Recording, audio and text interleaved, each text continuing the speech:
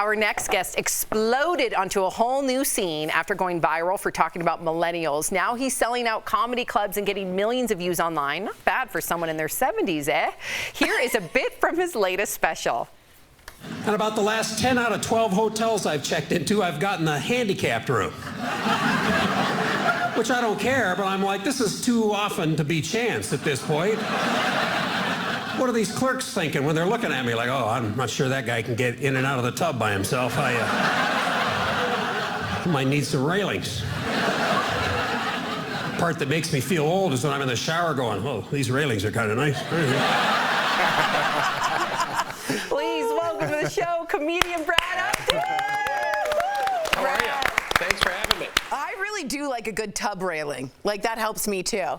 It's surprising. So helpful. I know we were talking comedy. I'm just going to switch gears to get your take on this real quick. Will Smith is currently doing his press tour for Emancipation and is still in the fallout of slapping Chris Rock. And I just wanted to know, as a comedian, how did you sort of feel about all that? You have the floor. Just what did you take from that? I was super shocked by it. I was watching it live when it happened, so I was shocked too. I mean, just absolutely shocked. And I haven't heard what he's saying about it. I haven't heard any of his explanation. But I thought Chris Rock handled it like a boss, yeah. So well. Yeah. He just handled it so well. But, you know, you can't walk on stage and hit a comic if you don't like what they're saying. You can't do that. It's assault, right? Absolutely. Absolutely. You know, first of all, shout out to you. I'm a fellow road dog like yourself. I've been doing stand-up for 18 years. And, you know, the railings in the bathroom, when I get that room, I have those same feelings, and you articulated them for me, so thank you for that. I appreciate it. Sometimes there's a chair in there. I go, hey, this chair's not so bad. You're not going to turn it down if it's there, right? Come on. Yeah, exactly. That's what's up. Now, congrats on all your success. You got huge for roasting millennials, for being in your words, dumb generation. Do you think anything has changed with them over the years? Yeah, you know what? In that video that went viral, I made fun of them for never using change, or I go, you use your credit cards, your debit cards for every single. Well, you know what? I'm that guy now. I'm the same way. I don't use it. I mean, that was recorded about 5 years ago. And I said, why do you guys use your debit cards for everything? And now, 5 years later, I'm like, I haven't seen a coin in 2 years. True. It's funny because it's true. So in your special, you talk about life before the internet. What do you think has changed the most about us as a society since the internet? Nice. It's weird to think about, isn't it? Before the internet, sometimes you think, how did we do this before the internet? I think it's attention span. I think our attention span is horrible now.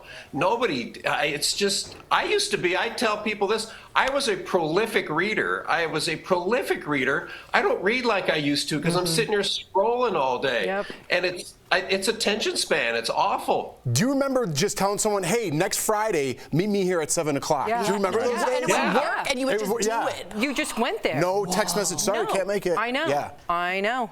Okay, so the holidays are coming up. Do you have any pet peeves about the season? Oh, you know what? I love Christmas music, but I hate the novelty songs. Like the hippopotamus song and the Grinch song.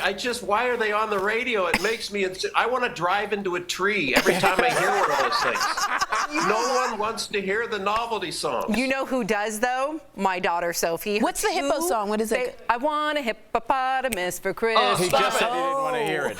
We're going to lose him. We just lost Brad. But I'm with you, Brad. Yeah. But I think the kids are the ones that are driving the Grinch and the hippopotamus. But that's what their headphones are for.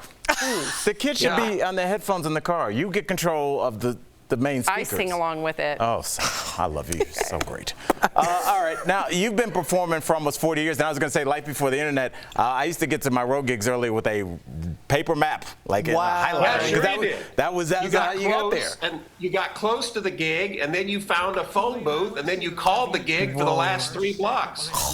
That's it. It was a different world, my friend. Now, you know, you've traveled all over, and I know I definitely have my favorite cities to perform in. I want to know, what's your favorite city to perform in, and what's your favorite city to make fun of? Favorite city to perform in? That's a good question. I don't know. Usually home, maybe, just because I'm home. But as far as making fun of them, you can make fun of their town to a little bit. And I Yes. usually, what I do in every market, I pick out the college rivalry, and then I pick one side or the other, and then I make fun of the other college. That's the safest bet. And then some people get upset, and I go, well, come back to the next show, and I'll just switch the rivalry and make fun of the other college. Absolutely. That's one of those tricks. That's the tricks you learn on the road. Could you do that with us? Maybe make fun of one of us? Yes, yes. Why are you pointing No, at me? I didn't do that. I'm not walking into that one. Are you kidding me? Bravo. Smart man, smart guest. Brad, this has been fantastic. You gotta come DBL back, Nation, man. be sure to see Brad on tour. Get your tickets at bradupton.com and also check out his special, I'm Not Done Yet, at Dry Bar Comedy on YouTube. Brad, thank you again. We'll be right back. Thanks, Brad. Thank Good job, you. brother. Thank Congrats, you for man. having me. Absolutely. Thank you so much.